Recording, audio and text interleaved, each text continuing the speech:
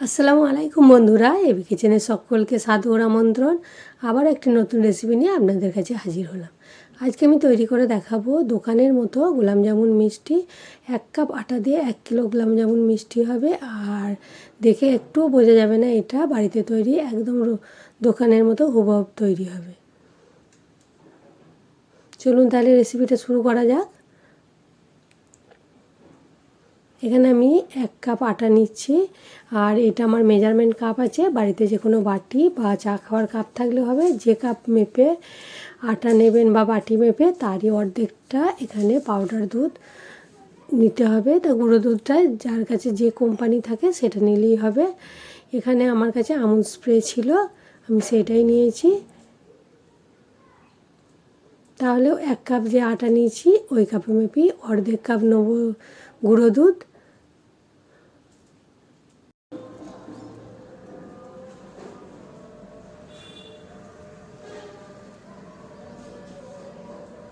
অর্ধেক কাপ নিয়েছি, অর্ধেক কাপ সমান এই কাপটা যেটা আছে এটা হাফ কাপ, এতে করে 1 ভর্তি করে নিলাম, তাহলে হাফ কাপই হলো।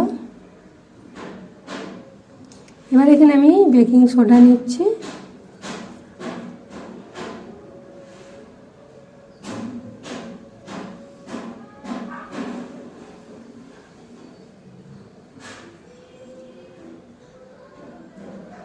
বেকিং সোডাটা কিন্তু চামচের একদম এই যে ডগে এইটুকু লাগিয়ে দিচ্ছি, পরিমাণটা এইটুকু হবে, ওর বেশি নেওয়া চলবে না। আর এখানে ঘি দেবো আমি 2 চামচ, আর 2 চামচের জায়গায় এখানে 4 চামচই দিতে হয়েছিল, কারণ ঘিটা গলা ছিল বলে পরিমাণে অল্প লাগছিল। আর ময়ানটা খুব মুঠো হবে সেরকম দিতে হবে। আমি 2 চামচ দেওয়ার পর মাখার পরে লেগেছিল, আরও 2 চামচ দিয়ে দিয়েছিলাম। এভাবে ঘষে ঘষে ভালো করে ময়ানটা দিতে হবে।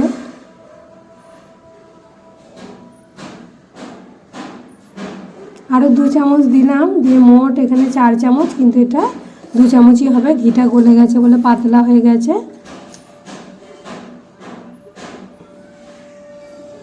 এই পরিমাণ ময়ানটা দিয়ে আমার বেশ আটাটা মেখে মুঠো হয়ে গিয়েছিল।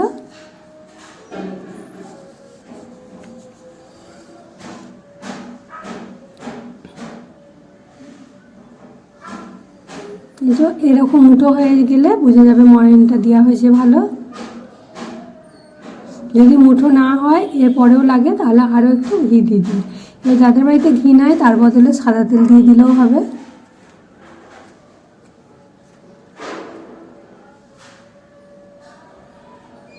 এবারে এখানে আমি ফুটিয়ে রাখা ঠান্ডা দুধ অল্প অল্প করে দিয়ে একটা ডো তৈরি করে নেব। ডোটা একটু নরম মতো হবে।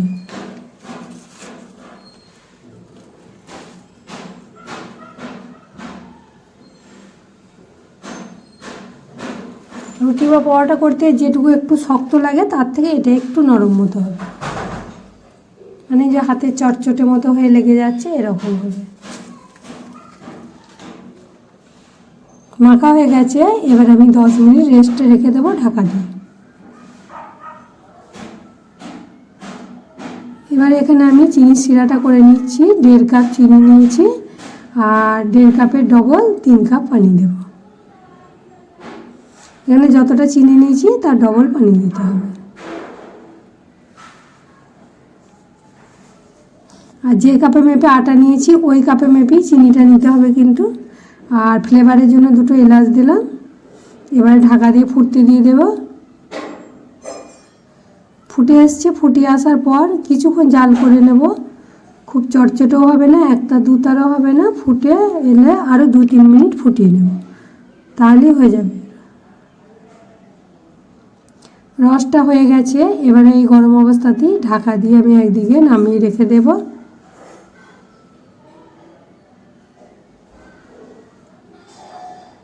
এবারে আটাগুলোতে হাতের তুলে একটু ঘি লাগিয়ে দিচ্ছি, দিয়ে গোল গোল কালোজাম মিষ্টির মতো পাকিয়ে নেব।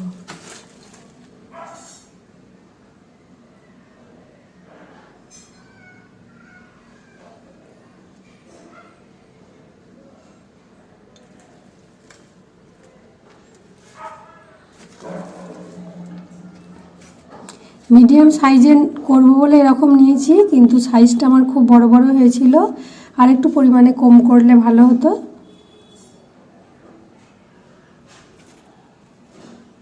এইভাবে হাতে করে অনবরত গোলটা করে যেতে হবে, আর গোলটাও অনেকক্ষণ ধরেই করতে হবে, নাহলে ফাটা ফাটা থেকে যাবে।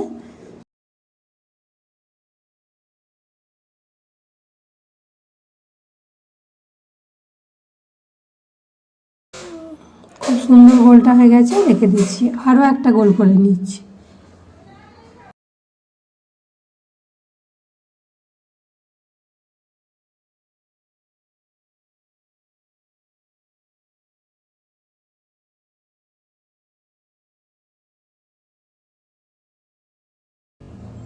এইভাবে প্রত্যেকটা গোলকে খুব ভালো করে নিতে হবে।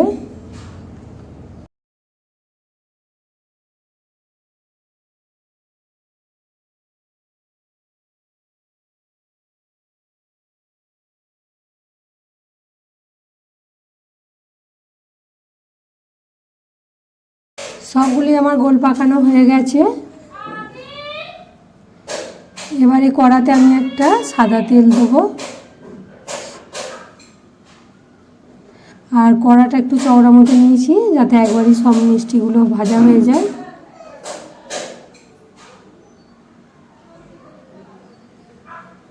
তেলটাকে কিন্তু খুব বেশি গরম করা চলবে না, হালকা গরম হবে, সেই সময় দিয়ে দিতে হবে এই যে এইরকম অবস্থাতে। আর এখানে পুরো মিষ্টিগুলো ভাজতে হবে, একদম অল্প আছে, বেশি আঁচ দিলেই উপরটা পুড়ে যাবে, ভিতরটা হবে না। তেলের পরিমাণটা আমার কম হয়ে গিয়েছিল, সেই কারণে আরও খানিকটা দিয়ে দিলাম।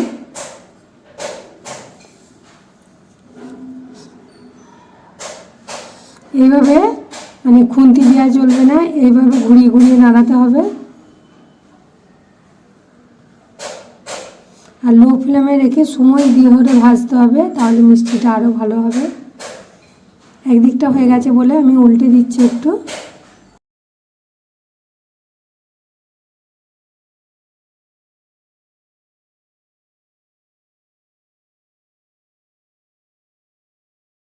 আগের দিন যখন বিস্কুট রুটিটা বানিয়েছিলাম তখন বেকিং সোডাটা অনেক দিনের ছিল, ওর যে টেম্পার থাকে সেটা নষ্ট হয়ে গিয়েছিল, সেই কারণে আমি অনেকটা দিতেও কাজ করিনি। এটা নতুন বেকিং সোডা ছিল, এটা কিন্তু যতটা দিয়েছি ওর থেকে আরেকটু অল্প দিতে হতো, পরিমাণটা একটু বেশি হয়ে গেছে, সেই কারণে মিষ্টিগুলো একটু ফাটা ফাটা হয়ে যাচ্ছে।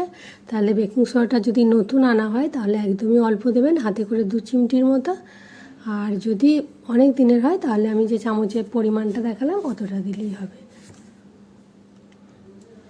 এইভাবে অনবরত ঘুরিয়ে ঘুরিয়ে নেড়ে নেবো। প্রথমে যখন হবে তখন দুটো কড়ার হাতল ধরে এইভাবে নাড়াবো, তারপরে একটু এঁটে গেলে আর এরকম কাঠের খুন্তি বা ছান্তার সাহায্যে এইভাবে ঘুরিয়ে ঘুরিয়ে হলে হবে।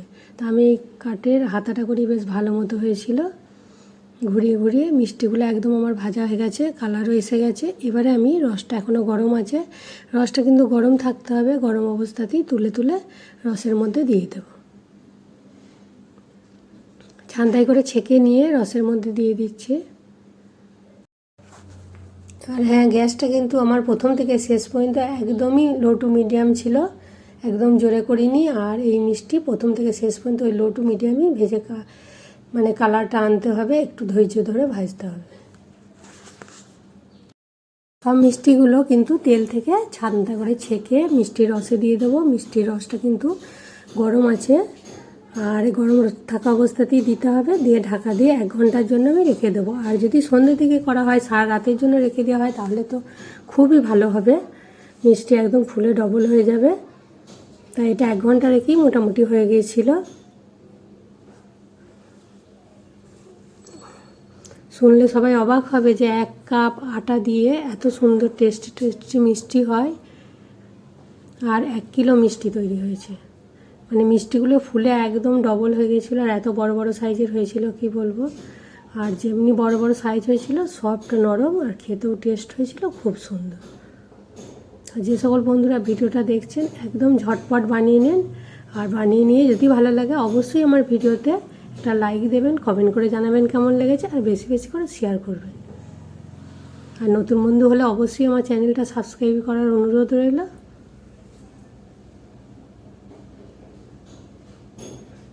একটা কেটে দেখাচ্ছি, টিপেও রস একদম বের হচ্ছে কত সুন্দর।